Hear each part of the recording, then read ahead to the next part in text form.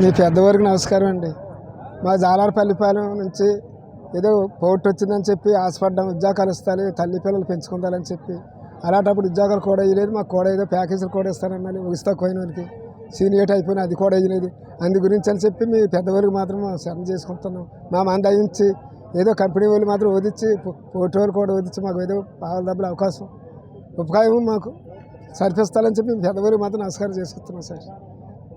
మాకు మాత్రం స్టీల్ ప్లాంట్కి భూములు ఇచ్చి 45 ఏళ్ళు అయినప్పటికీ మేము అనేక ఇబ్బందులు పడుతున్నాం. ఇక్కడ కేంద్ర రాష్ట్ర ప్రభుత్వాలు అందరికీ కూడా తెలుసు. కానీ ఏ రోజు కూడా మా యొక్క సమస్యని ఇక్కడ రాజకీయంగా చూస్తున్నారు తప్ప దీని సమస్య పరిష్కార మార్గం ఉందా మరి రాజకీయ నాయకులు ఎందుకు చూడట్లేదో మాకు అర్థం కావట్లేదు. అందుకనే మేము ఏమన్నామంటే గత డిసెంబర్ నుండి ఇప్పుడు దాకా మే వరకు ప్రతి నెల కూడా కుటుంబ సభ్యులతో పెద్ద ఎత్తున కార్యక్రమాలు వేలాది మందితో చేయాలని చెప్పి నిర్ణయించుకున్నాం. దాంట్లో భాగంగా మరి మెయిన్ గేట్ దగ్గర కార్యక్రమం చేసాం. మొన్న మీరు చూసారు లంకా గ్రౌండ్లో భిక్షాటమి కార్యక్రమం చేసాం. ఈరోజు బహిరంగ సభ కొన్ని వేలాది మందితో ఈరోజు బహిరంగ సభ కూడా ఏర్పాటు చేస్తాం. దీనికి సుప్రీంకోర్టు మాజీ జడ్జి అయినటువంటి గోపాల్ గౌడ్ గారు కానీ మాజీ డీజీపీఎల్ కానీ ప్రజా సంఘాలు కానీ అందరూ కూడా మాకు మద్దతు తెలియజేస్తున్నారు. ఎందుకంటే రాజకీయ పార్టీలకు అతీతంగా రాజకీయ నాయకులు ఎవరిని కూడా మేము పిలవలేదు ఈ యొక్క సభకి. ఓన్లీ మా నిర్వాసితులు ఎవరైతే మేము కోర్టులో కేసు వేసుకుని ఈరోజు హైకోర్టులో కేసు వేసి ఉన్నాం, ఈ హైకోర్టులో కేసు వేసిన లాయర్లు వీళ్ళందరూ కూడా వస్తున్నారు.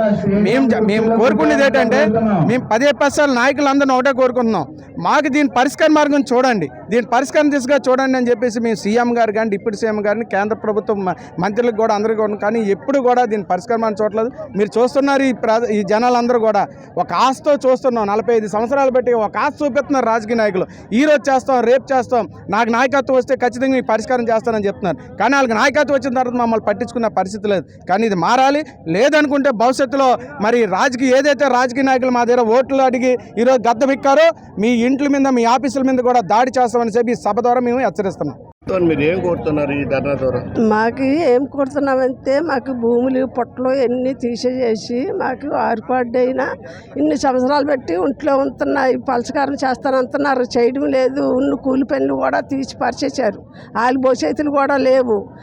అది అప్పుడు 82లోని మా ఇల్లులు మా పల్లులు ఎన్ని తీసుకొని మమ్మల్ని రోడ్డు మీద ఎట్టి మా కొడుపు గంజినాకంటే మా సంబంధం ఎన్ని తీసేసుకోయి ఇప్పుడు మేము ఎన్ని పెట్టుకొని మేము బతకాలా?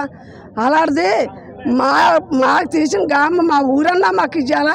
లేదంటే మాకు ఎన్నుకుంటే ఆరుకోడ్కి మాకు ఏదో నష్టపదార్థం మాకు లేదనేది చూపించాలా? మరి ఏటి లేకుండా ఉంటే మరి మేము మా బతుకులు ఏటి లేదనేది చేసుకోవాలా అనేది మేము కోరుతున్నాం సార్. మా భూములు ఇచ్చేసాము, మా పుట్టలు ఇచ్చేసాము, మా ఇల్లులు ఇచ్చేసాము, ఆస్తులు ఇచ్చేసాము, మా జీవితమే స్టీల్ ప్లాంట్కి దానా చేసాం. అప్పటికిప్పటికే ఎప్పుడు ఈడి ఉద్యోగం ఇస్తున్నాడా, నాకే కూలి పని ఇస్తున్నాడా? కూలి పని ఇచ్చాడు, ఆ కూలి పని అని ఉంచలేదు. ఆ కూలి పని చూసుకొని మేము బతుకుతామని వచ్చేసి నుంచి అట్లా చూసాం. ఆ కూలి పని కూడా తీసేస్తారు. ఇప్పుడు మాకు పొట్ట కన్నం నాక మా కడుపు కూడాక బోర్డు బాధలు పడుతున్నామండి సార్. మా బాధ ఎవడ ఆలకిస్తాడు? ఆడు ఏసీ రూమ్లో కూర్చున్నాడు, ఆడు ఏసీ రూమ్లో కూర్చున్నా మేము ఒప్పుకోవాలి. పడుకున్నా నేపి రచ్చకొడతాం. మాకు న్యాయం జరిగే వరకు అది మా భూమి అయ్యా, మా ఆస్తి అయ్యా. మా ఎవడమ్మ సొమ్ము మేము అడగట్లేదు, ఎవడమ్మ భూమి మేము అడగట్లేదు. మా భూమి మా ఆస్తి మేము అడుగుతున్నాం. మా పిల్ల తల్లుల్ని మేము సంపాదించుకోవాలని వచ్చేసి ఇప్పుడు రోడ్డు ఎక్కాం కానీ అది సక్సెస్ అవ్వకపోతే తన పని అన్న పోవాలి, మా పని అన్న పోవాలి. దేనికి ఇప్పుడు మేము తగ్గించేస్తామండి. ఎంతవరకు అన్నంలాగి పట్టుకు అన్నంలాగా బతుకుతాం సార్. చెరువులలో నిండుతాయండి. చెరువు నన్ను తల్లారికే రాత్రి తింటే తల్లారికే పడగొడుపునాక అయిపోతుంది. ఈ పొట్టుకు అన్నం ఎవరు పడతాడు? మేము అలా బతకాలా? మా ఆస్తి తీసుకొని, మా భూమి తీసుకొని, మా గోదావరి తీసుకొని, మా గొడ్డు తీసుకొని మేము అలా బతకాలి. ఆడే చెరువులో కూర్చున్నాడు, ఆడు కూర్చుని కుర్చేసుకొని కూర్చున్నాడే భూమి అది మాది. అది తింటున్నాడే బచ్చ, అది మామ పడుతున్నాం బచ్చ. ఎక్కడి నుంచి తెచ్చాడు? ఆడు అమ్మకాడిని తెచ్చాడు, ఆడు బావకాడిని తెచ్చాడా? అదంతా మాదే. మీ పట్టా పెద్దాడు. ఆడు కొడుకులే కూతురులే ఆడు చదువుతున్నాడంటే పెద్ద పెద్ద చదువులు చదివిస్తున్నాడు. ఎవరిదయ్యా? మా భూమిలోది, మా ఆస్తి అది. ఎవడమ్మ సొమ్ము మేము అడగట్లేదు, ఎవడబ్బ సొమ్ము మేము అడగట్లేదు. మా సొత్తు, మా భూమి, మా ఆస్తి ఆడిచ్చి వరవ దాకాన ఇలాగే కొనసాగుతుంటా. ఈ పోరాటం వాడు మాకి సాలి చేసి వరవ దాకా అలాగే కొనసాగుతుంటారు. ఇలాగే పరిగెడుతుంటాము. పడుకొని ఉంటాడే, పడుకున్నా మాత్రం మేము పడుకోనవ్వా. ఎక్కడ పడుకోన్నాడు పలకరిస్తాం మేము. మా బాధ అండి, మా కడుపు మండుతుంది. ఇప్పుడు మా పిల్లలు ఏం చేస్తున్నారంటే దొంగతనానికి వెళ్ళిపోతున్నారండి, దోపిడీతనానికి వెళ్ళిపోతున్నారు. కొడుకున్నాక డబ్బున్నాడు ఇంటికి వెళ్తే ఏమంటున్నాడా? నువ్వేమిచ్చి తీరుస్తావు, మాకేమీలు ఇస్తావు అంటున్నాడు. మరి మేము ఎలా బతకాలండి? మరి మా భూమి స్టీల్ ప్లాంట్ దానా చేస్తాం కదా, మరి మేము ఎలా బతకాలి? ఆడికాడు మేము సాధించుకుంటే ఏదో తెలుస్తుంది. మేము పడుకోము, ఆడు పడుకోనివ్వము. ఎప్పటికైనా మాది మా యొక్క మాకు ఇచ్చే వరకు దాకా మేము ఇలాగే పోరాడుతుంటాం, ఇలాగే వెళ్తూ ఉంటాం, ఇలాగా రోడ్లు ఎక్కుతాం. తనన్నా చచ్చిపోవాలి, మేమన్నా చచ్చిపోతామండి. ఏం కోరుతున్నామండి? మా కొడుకు కూడినాక కోటి అవతారాలు ఎత్తుతున్నాం. మేము కూలిపోనాం. ఈనాడు మా బిడ్డలు కూడా కూలిపోయిన కాడికి వచ్చింది. ఈ పొద్దు మా ఆధారం లేటని రోడ్లు ఎక్కి మేము సమస్య దూలి చేయిస్తున్నాం. మాకు ఏళ్ళుని మాకు కూడు కావాలని కోరితే మా కూడు పట్టలేదు. పట్టపోతే మాకు ఏదో ఒకటి మా జీవితం ఉన్నంచే, మా బిడ్డల జీవితం ఉన్నంచేపి మా బిడ్డలకి ఏం కావాలనేది మా బిడ్డలకి ఇవ్వాలి. అంతకు మించితే మేము సాగు బతుకల్లో తయారైపోతాం. ఎన్ని అక్కల్లో మేము ఉన్నాం. మాకు అది ఎన్ని కాకంట ఏళ్ళుకోరి మాకు ఆనాడు ఊటయ్యండి, ఇదయ్యండి, అదయ్యండి, మిమ్మల్ని పెంచుతాం, మిమ్మల్ని పోషిస్తాం. ఎన్ని నాయకుడు ఒక్కడిప్పుడు కనిపించడం లేదు. మరి వాళ్ళు ఎందుకు పాలుగూడి మాకు అంత అన్నం పెడితే ఆనందంగా ఎందుకుంటాం. పట్టపోతే మరి ఇనికన్నా ఘోరఘోరద్దాలు జరిగి ఎవరెవరో పానాలు ఇందులో నాశనం అయిపోయిన కాడికి తెగిచ్చున్నాం. మరి కానికన్నా మించి మేమేం చేయగలమండి సార్? అంతవరకు కూడు కొరకయ్యే మేము పోట్లాడుతున్నాం, కానీ ఇక మాకేం లేదు. మా పొట్ల మెండిపోతే మాకు అలాగుంటుందో మరి ఆ నోకం ఈ నోకం కనిపించదు. అప్పుడు అంతా ఒకటి అయిపోతుంది. మంచి చెడు ఒకటి అయిపోయి సాగు బతుకులకి సంసరిచ్చేస్తారు. అదే కావాలి ఎన్నట్టు అయితే ఘోరఘోరద్దాలు జరుగుతాయి. లేదు ఈ పేదవాళ్ళ పొట్టలు ఎందుకు కొట్టాలంటే న్యాయం జరిపించాలి. ఆ న్యాయానికే పోరాడుతున్నామ్మ. న్యాయం మాకొద్దు, న్యాయం కావాలి. చాలా పార్టీలు వచ్చాయి, చాలా రాజకీయాలు వచ్చాయి, కొత్త పార్టీలు కూడా వచ్చాయి. ఏ పార్టీలు న్యాయం చేయలేదు. లాస్ట్కి టీడీపీ వచ్చింది. టీడీపీ నాయకత్వంలో మాకు న్యాయం చేయాలి.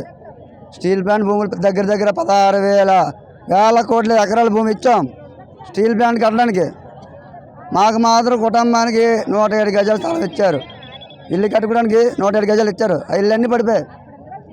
మాకు ఉండడానికి స్థలం లేదు, తినడానికి తిండి లేదు, ఉద్యోగం లేదు. ప్లాంట్లో ఉద్యోగం మొత్తం తీస్తారు. అది చాలా తక్కువ జీతం, 18,000. ఉద్యోగాలు ఇవ్వలేదు. కాబట్టి మా భూములు మాకు ఇచ్చేయాలని రాష్ట్ర అధ్యక్షుడు పల్లా శ్రీనివాసరావుని కోరుతున్నాం. లేకపోతే ఆ భూమికి రేటు గవర్నమెంట్ పరంగా కాదు, మామూలు ప్రైవేట్ పరంగా ఎంత అయితే అంత ఇవ్వాల్సిందిగా కోరుతున్నాను. అంతే, ఇంకంతకంటే ఎక్కువ మాట్లాడను. విశాఖపట్నం స్టీల్ ప్లాంట్ విషయంలో ప్రైవేటైజేషన్ జరుగుతుందనే వాదం చాలా గట్టిగా అనిపిస్తున్న తరుణంలో మరి ఈ ప్లాంట్కి భూములు ఇచ్చిన రైతుల పరిస్థితి ఏమిటి అన్నది ఇవాళ తేల్చుకోవాల్సిన పరిస్థితి ఉంది. ఎందుకంటే ఇంతవరకు కూడా 8,500 మందికి ఉద్యోగాలు ఇవ్వాల్సి ఉండగా ఇవ్వలేదు. కనీసం వారికి నిరుద్యోగ భృతి కూడా ఇవ్వట్లేదు. నెలకు 25,000 రూపాయలు ఉద్యోగం ఇచ్చేంత వరకు కూడా ఇవ్వాలని చెప్పి మనం అడగడం జరిగింది, డిమాండ్ చేయడం జరిగింది. కానీ వాళ్ళకి ఇవ్వలేదు.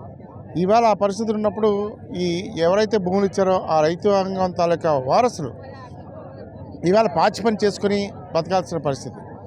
ఎవరైతే స్టీల్ ప్లాంట్లో ఆఫీసర్స్ ఉన్నారో వాళ్ళ ఇళ్లలో పాచి పని చేసి బతకాల్సిన పరిస్థితి వచ్చింది. కానీ వాళ్ళందరికీ కూడా న్యాయం చేయాలి కదా. ఈరోజు విశాఖపట్నం స్టీల్ ప్లాంట్ ఉన్నదంటే వాళ్ళ రైతులందరూ కూడా 26,000 ఎకరాల భూములు ఇవ్వడం వల్లే కదా. ఆ భూములన్నీ కూడా ఇవాళ అట్టిపెట్టుకొని వాళ్ళ స్వప్రయోజనాలకి యాజమాన్యం వాడుతుంది. అంటే గంగవరం పోర్టుకు 1,200 ఎకరాలు ఇచ్చేసింది. గంగవరం పోర్టు ప్రైవేట్ పోర్టు, దానికి 1,200 ఎకరాలు ఎలా ఇస్తారు? అది ముందు ఏం చేశారు, దాన్ని ఒక మార్గంలో ప్రభుత్వ భాగస్వామ్యం కూడా పోర్టులో ఉందన్నారు. ప్రభుత్వ భాగస్వామ్యం 11% పెట్టారు. తర్వాత దాన్ని ప్రైవేటైజేషన్ హక్కు వదిలేశారు.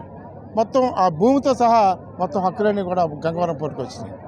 అలాగే స్టీల్ ప్లాంట్ భూమిని ఇష్టానుసారంగా పంపకాలు చేయడం అనేది ఆపి, ముందు మేము డిమాండ్ చేసేది ఏంటంటే ఇవాళ ప్రతి ల్యాండ్ లోజర్కి కూడా 1 ఎకరం స్థలం స్టీల్ ప్లాంట్ మిగులు భూమి నుంచి ఇవ్వాలి అన్నది ప్రధానమైన డిమాండ్. అంతవరకు కూడా నెలకి 25,000 రూపాయలు భృతి ఇవ్వాలన్నది రెండో డిమాండ్. ముఖ్యంగా అందరికీ కూడా పెర్మనెంట్ ఉద్యోగాలు ఇవ్వాలి. ఎందుకంటే గతంలో 8,000 మందికి ఉద్యోగాలు ఇచ్చినా సరే చాలామంది అందులో కూడా కాంట్రాక్టు లేబర్ ఉద్యోగాలు చేస్తారు తప్ప పెర్మనెంట్గా స్టీల్ ప్లాంట్లో పెర్మనెంట్గా మంచి ఉద్యోగాలు ఏమి లేవు. వాళ్ళు దినదనగండంగా ఉన్నది. ఎప్పుడు ఎవరు తీసేస్తారో తెలియదు. మొన్నటికి మొన్న 6,000 మంది కాంట్రాక్ట్ లేబర్ తీశారు. అంటే ఇదంతా ఏమవుతారు? ఈ ఉద్యోగం ఈ వేల ఉద్యోగం రేపు మనకు ఉద్యోగం లేదంటే మరి వాళ్ళు పిల్లలు ఎలా చదివిస్తారు, ఎలాగ బతుకుతారు? ఇవన్నీ కూడా చాలా ఇష్యూస్ ఉన్నాయి. దానివల్ల న్యాయపరమైన ఎలా వెళ్ళాలి ఏంటి అనే దాని మీద కూడా మేము ఆలోచన చేస్తున్నాం. ఈవేళ అయితే డిమాండ్ ఇదే, ప్రతి ల్యాండ్ లోజర్కి కూడా ఎకరం భూమి ఇవ్వాలి.